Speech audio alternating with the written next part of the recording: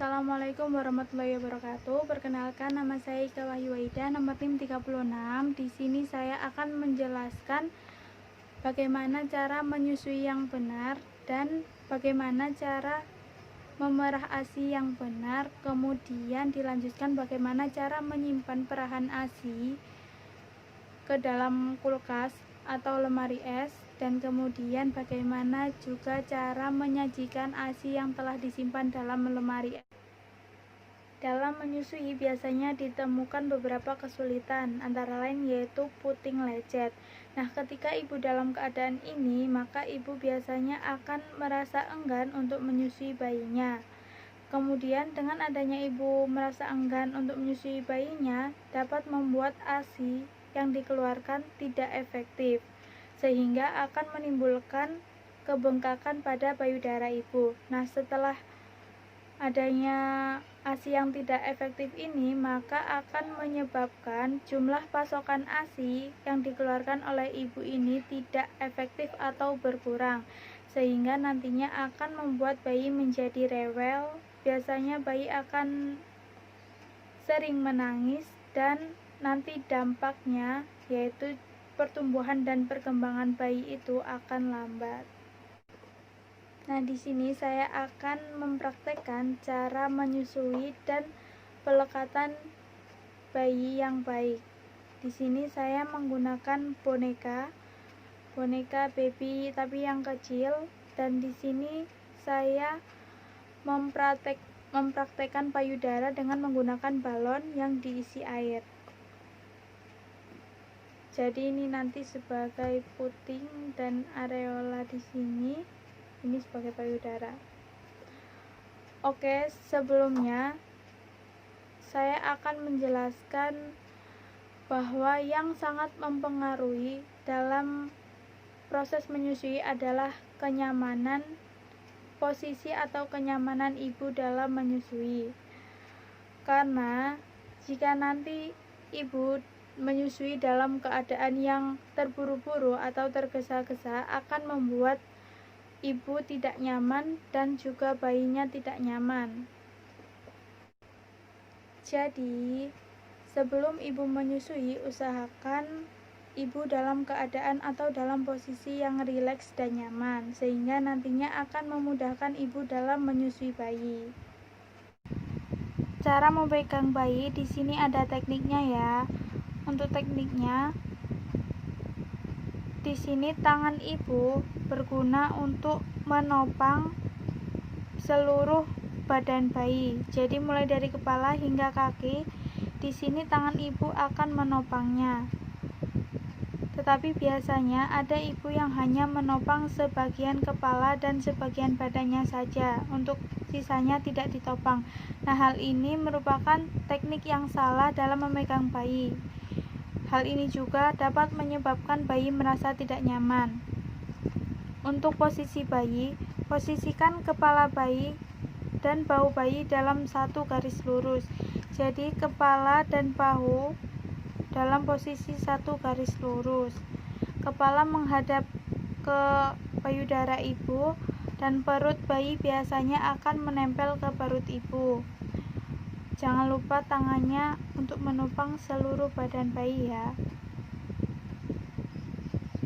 Tetapi biasanya banyak ibu yang memposisikan bayinya ketika akan disusui dengan kepala bayi miring ke payudara ibu, tetapi badannya menghadap ke atas. Nah, posisi ini merupakan posisi yang salah dalam teknik menyusui. Biasanya jika dalam posisi ini akan membuat teknik pelekatan pada bayi menjadi tidak baik. Jadi posisi yang baik seperti ini ya. Telinga dan bahu dalam satu garis lurus, dan tangan ibu menopang bayi. Teknik yang kedua adalah wajah bayi harus menghadap ke payudara ibu dan hidung berhadapan dengan puting. Jadi wajah bayi menghadap ke payudara dan hidungnya berhadapan dengan puting ibu, sehingga akan memudahkan bayi untuk menyusu. Tetapi biasanya banyak ibu yang memposisikan kepala bayi ini menghadap ke atas dan badan ibu yang menjuntai ke bawah. Nah, ini merupakan posisi yang salah karena akan membuat bayi merasa tidak pas. Teknik yang ketiga adalah posisikan tangan ibu untuk menopang seluruh badan bayi. Jadi jangan sampai hanya bagian kepala atau sebagian badan saja yang ditopang tetapi sisanya dibiarkan. Ini merupakan posisi yang salah. Posisi yang benar adalah tangan ibu menopang seluruh badan bayi. Nah, selanjutnya posisikan badan bayi untuk selalu mendekat ke tubuh ibu. Jadi jangan sampai ibu yang menunduk untuk menyusui bayinya. Ini merupakan teknik menyusui yang salah dan yang biasanya sering digunakan. Jadi jika ibu mau bersandar, ya posisikan saja bayinya untuk lebih mendekat ke ibu. Selanjutnya, kunci yang kedua adalah cara menyangga payudara. Oke, next. Di sini saya menggunakan balon ini sebagai perumpamaan payudara ibu ya. Di sini ada putingnya dan di sini areolanya. Oke, jadi yang pertama, posisikan jari-jari diletakkan pada dinding dada bawah payudara dan jari telunjuk menyangga payudara. Nah, kemudian ibu jari berada di atas payudara. Tetapi jangan sampai jari-jari ini terlalu mendekat ke puting yang nantinya akan membuat puting menjadi tertekan. Jadi, cara memegang payudara yang benar adalah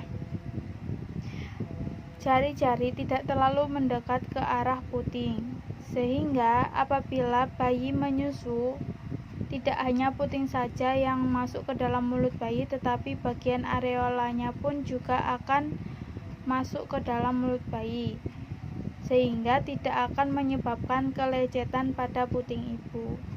Selanjutnya, kunci yang ketiga dari teknik menyusui bayi adalah cara pelekatan bayi. Oke, kunci yang ketiga adalah cara pelekatan pada bayi. Di sini cara yang pertama adalah sentuhkan puting ibu pada bibir bayi untuk merangsang agar mulut bayi terbuka dengan lebar.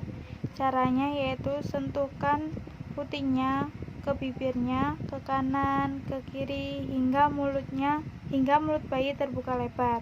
Setelah mulut bayi terbuka, segera masukkan payudara dan arahkan bibir bawah bayi ke dalam puting. Jadi usahakan setelah terbuka lebar langsung dimasukkan ya putingnya hingga areolanya juga tercakup dalam mulut bayi. Selanjutnya, cara memerah ASI. Cara memerah ASI yang benar adalah seperti cara memegang payudara, tetapi bedanya hanya dilakukan pemijatan. Caranya yaitu posisikan ibu jari dan jari-jari seperti memegang payudara, kemudian lakukan pemijatan ke arah depan atau ke arah areola. Lakukan pemijatan hingga ASI-nya terasa kosong. Nah, hal ini dilakukan juga untuk membantu relaksasi ibu setelah memerah ASI ini menjadi ibu terasa menjadi lebih rileks. Selanjutnya adalah bagaimana cara menyimpan ASI perah ke dalam kulkas dan bagaimana waktu penyimpanannya. Oke, jadi yang pertama adalah siapkan wadah plastik atau botol kaca yang sudah steril, yang nantinya akan digunakan sebagai tempat ASI yang telah dipompa. Selanjutnya adalah masukkan ASI yang telah dipompa ke dalam botol atau plastik ASI, kemudian beri label pada setiap kemasannya.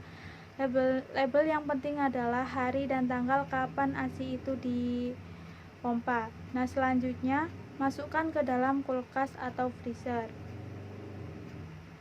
Selanjutnya adalah daya tahan ASI peras dalam kulkas. Jika ASI diletakkan dalam freezer, maka daya tahannya adalah antara 3 hingga 6 bulan. Sedangkan ASI yang hanya diletakkan pada kulkas, pada bagian bawah kulkas itu hanya bertahan 5 hari saja. Selanjutnya, ASI yang baru diperah itu bertahan antara 4 hingga 8 jam.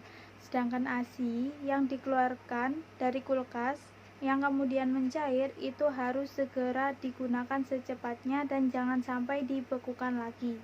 Selanjutnya adalah cara untuk menyajikan ASI perah yang telah disimpan dalam freezer atau lemari es. Caranya yaitu ambil ASI perah yang telah disimpan sesuai waktu pemerahan ASI atau ASI yang paling pertama diperah harus terlebih dahulu diberikan. Kemudian untuk ASI perah yang sudah beku atau sebelumnya disimpan dalam freezer, maka sebaiknya cairkan dulu ASI perah tersebut dalam lemari pendingin sekitar 12 jam.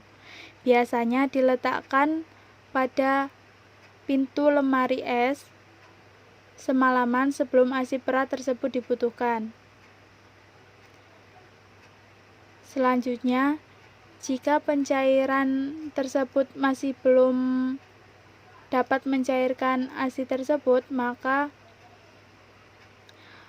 ambillah wadah atau stainless untuk diisi air hangat dan kemudian masukkan botol ASI yang telah disimpan di dalam pintu lemari es selama 12 jam itu ke dalam wadah stainless yang berisi air hangat tadi. Pastikan jangan sampai botolnya tenggelam. Setelah dirasa ASI-nya sudah mencair, maka tuangkan ASI dari botol itu ke dalam botol dot yang akan digunakan pada bayi. Kemudian pastikan botolnya itu bersih dan steril. Sekian penjelasan dari saya, kurang lebihnya saya mohon maaf dan semoga penjelasan saya ini bermanfaat. Wassalamualaikum warahmatullahi wabarakatuh.